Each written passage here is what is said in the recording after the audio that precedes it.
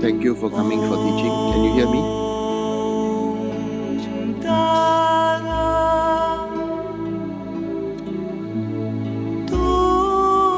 So again, one must realign and adjust one's motivation, and one should rejoice in coming to attend a Dharma teaching, Dharma activity, and that one is doing.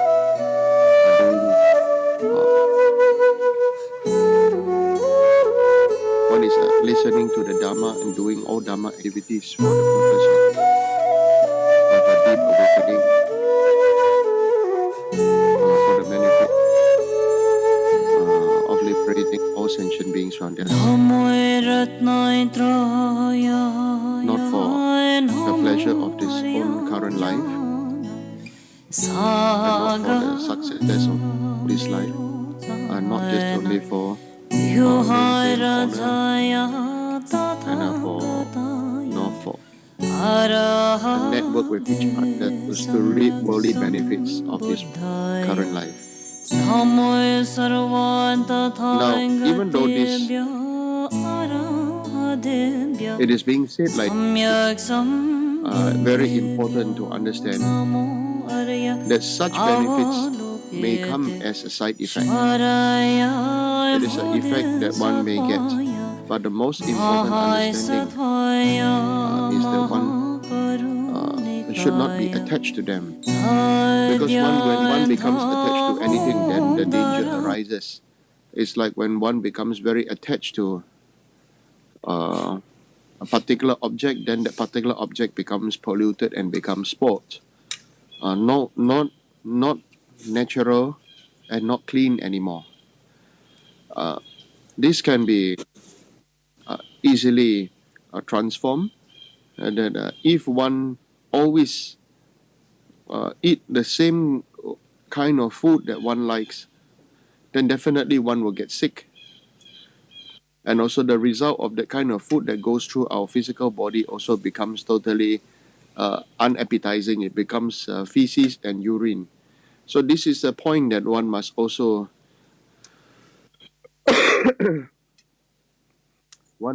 use to reflect upon the nature of samsara. Anything that we use, anything that we enjoy, especially with a strong attachment, then somehow the result is always disappointing. It's never lasting. Even if the particular object may last. For example, somebody may argue that maybe having some treasures, some statues, or maybe some external physical thing like gold or jewelry may last long and it will not spoil. But the main thing is that it will be stained by your attachment. That some people will be happy for you and some people will not be happy for you. So these are the few points to reflect. Also, the result comes. Especially the result will come when it's time for us to die. That one becomes totally very obsessed with a particular thing. So like I always said, there's one watch advertisement by Patek Philippe. It says that you don't actually really own it. You just simply keep it for the next generation. So actually, whatever we do, we don't actually own or buy. We don't actually own it, or our own karma. Whatever the result of the karma is for our next life. And it's also pretty ridiculous that you work so hard, you buy something, and then you say you save it for the next generation. Then after that, you will be bogged down with the idea that who to give the particular object to, because there's a lot of attachment. There'll be a lot of attachment and so on and so forth. So this is something that every week, in fact every day, we should train to look, because these are the different methods to work on the topics to see all phenomena and all things as an illusion. Uh, just like uh, just like maybe from the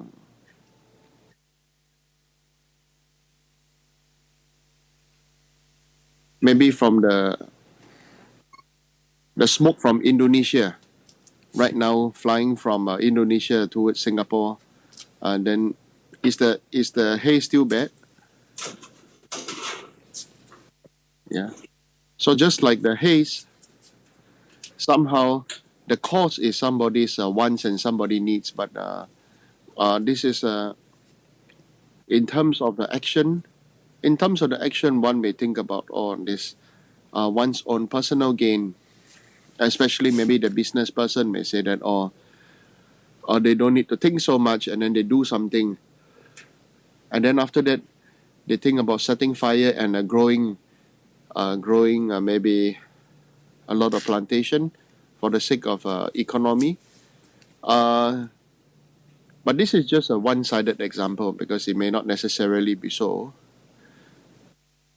Because so just by doing that, setting on fire, it automatically it causes great harm to the animals being smoked alive, the animals that will die, the animals that are being burned alive.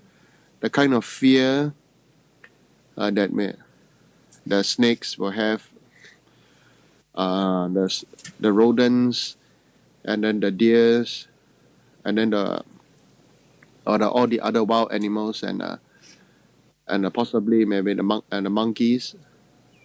They definitely will go through great suffering. And the result of such the burning that the haze affects other countries. So even though we should use this as an example to remind ourselves, maybe our own particular action, maybe just for our own uh, self-cherishing thought.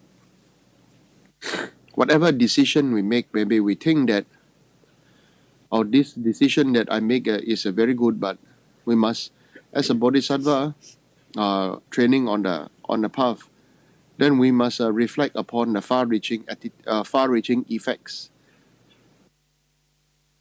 Then it becomes far-reaching effects. Then it becomes uh, a better and a deeper practice for our and own mind and the environment. So this particularly this method is very important for us to have a deep awareness. Unless, of course, with your own experience, maybe some of you may have your own as lifetimes go by, or years go by, or decades go by. Maybe some of you may have some kind of uh, clairvoyance or some kinds of effects that maybe whatever you do, and then you are very clear that it has a benefit, then I have no right to say. But as for now, one needs to think very, very clearly about the effects of one's chosen manifested actions.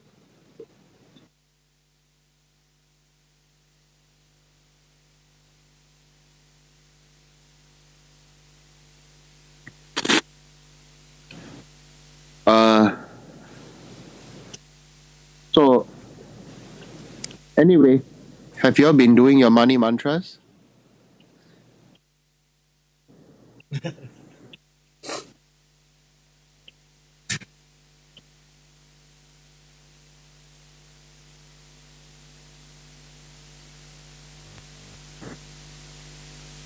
Everybody should aim to complete 1 million. Yeah, everybody should aim to complete 1. So, so some people may think the difficulty is of using the mala to count. Some of you,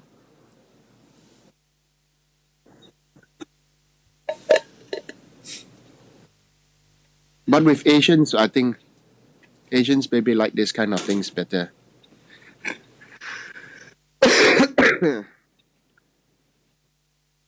So anyway, it's important to have a group effort to try to accumulate the mantras together. So maybe one may think that it is not necessary to recite so many mantras because one should be able to rely on the lamas and rinpoches to recite the mantras. Yes, well, it is true that one may recite, but one should also aspire to be able join to join invest with the gurus, the lamas, and the rinpoches to recite together.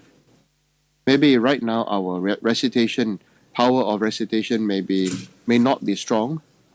Maybe also mind is also scattered when time to recite. But the most important thing is we must know that to do is better than not to do. Maybe we not believe in the power of particular medicines or the power of particular herbs. But the most important thing is one must actually take it and then after that then see and witness the result oneself. I feel that that is more beneficial.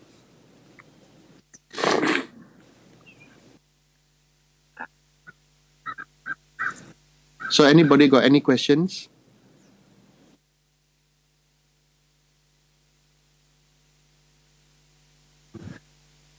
For your information, it's freaking cold out here.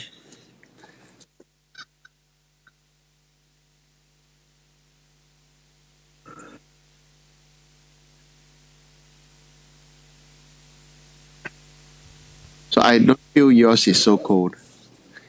For me, it's colder here.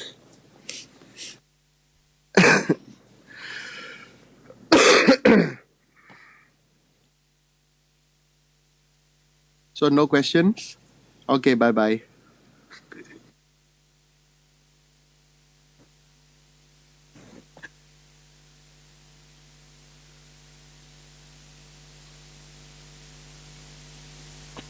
Everybody relying on each other, looking here, looking there. Huh?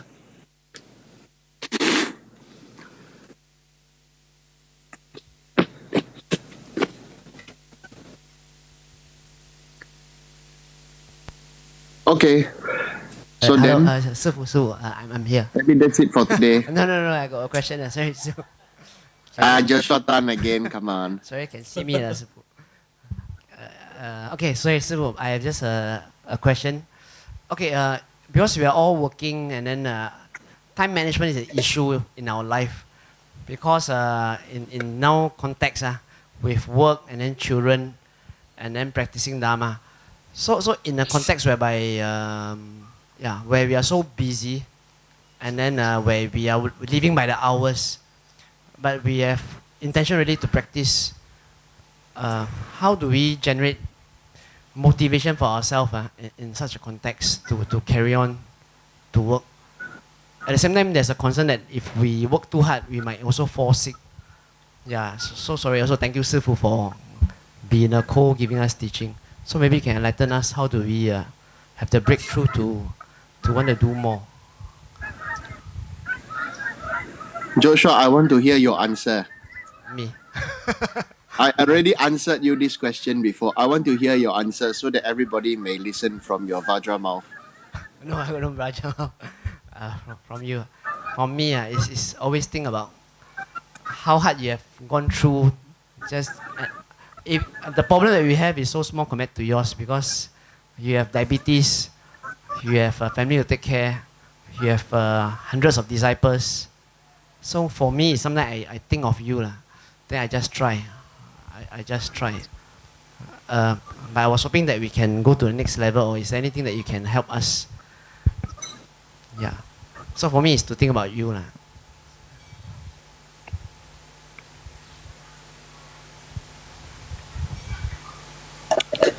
There is no one fixated method that is suitable for everybody.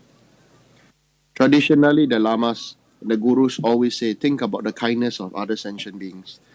So, if one cannot think about the kindness of other sentient beings, then the more beneficial method is then to think about the kindness of one's parents or the kindness of one's gurus, or then uh, to think and to about being able to be of a benefit and to be able to be a living example for those people who rely upon us. May it be your children, be your family members. So all these are very important on our own side to uh, on our own side. Of course, it's easy to say for the benefit of all sentient beings. Sometimes it just becomes something that you hang in your mouth but you don't feel it. So it's important that if really we want to go through or we want to be a benefit for all sentient beings, then to go through some kind of a great suffering. The thing is that right now, uh, living in the city with so many things to do, going through a great suffering is not auspicious, not necessarily auspicious. So the karma of a great suffering are divided by the years, months, and days by making you have by ripening upon as having a lot of things to do and this and that also becomes another kind of experience for future people because not everybody can become like Mapa and Milarepa, have this kind of guru disciple relationship. Nowadays, everybody thinks about their uh, especially in America, people think about their own rights and their own privacy and their own thoughts about maybe the one should have this and one should have that. Of course, this situation maybe applies more to America, maybe not so much in Asia. But uh, the main thing is that whoever, whatever we are, we must understand that all these things are situational. That's why your situation is situational in Singapore and where you are, and the situation of the people here in America is also situational in where they are, and situational or conditional. So, what to do? I feel is right communication, most important. Right communication, delegation, support to each other, help each other is a very important. If not, then everybody is doing their own thing. Everybody wants to achieve their own thing. Then then it becomes rather meaningless. For example, if everybody goes home and everybody has to cook their own food, everybody have to wash their own clothes, everybody have to do their own household chore. That is quite is very very tiring. But if we assign and take turns and help each other, the person who can cook then cook for everybody, the person who can clean for everybody, who can wash for everybody, then such is a method of maintaining maximum benefit with the same amount with the same expertise that person may have. So there's no one direct answer to your question. My rather the answer would be conditional, and most important of all, I feel is one has to communicate and to share and to request for help and be willing to help and not just come late and then not just come late and then to enjoy the benefit that is even though one may continue to do that, but one somehow will attract Mika from others. Yeah, eyes of anger and jealousy and a mouth that speaks negative things towards oneself. So, like I said, most important one needs to be skillful in train in skillfulness in the activity for benefiting of others and not focus on self. Like I said, anything that we focus on self definitely is not going to be beneficial. For example, even though one may think that,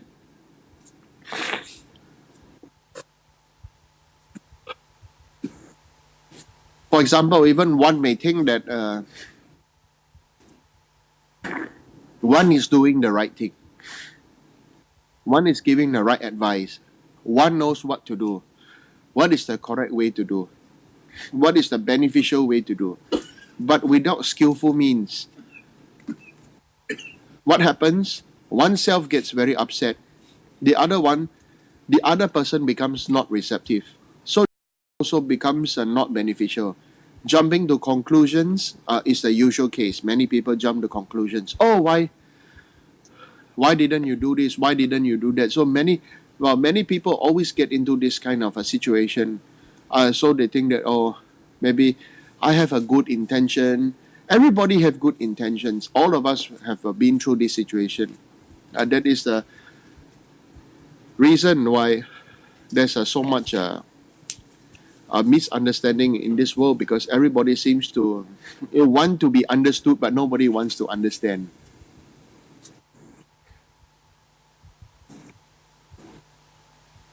So when everybody wants to be understood and nobody wants to understand, then it becomes such a situation, difficult situation. Other than that difficult situation, so one really needs to reflect. One really needs to reflect upon the skillful means of how one is able to be of benefit and not think about one's own expertise. Like for example, uh, when I was young, I heard one story that everybody that if you go to an expensive restaurant, like for example a French restaurant or some eatery, and if the restaurant serves very good quality sauce, and then somebody doesn't know how to appreciate that sauce and only wants to ask for tomato sauce or tomato ketchup, the chef comes out and comes out to scold the customer. So who is right and who is wrong, right? Number one, the chef may feel on his own side, his own pride and his own passion, that he uses the best qualities and everything, best quality ingredients and the time and effort to prepare the gravy or the sauce. But on the side of the customer, maybe he does, in the condition that he does not or has not have the experience or exposure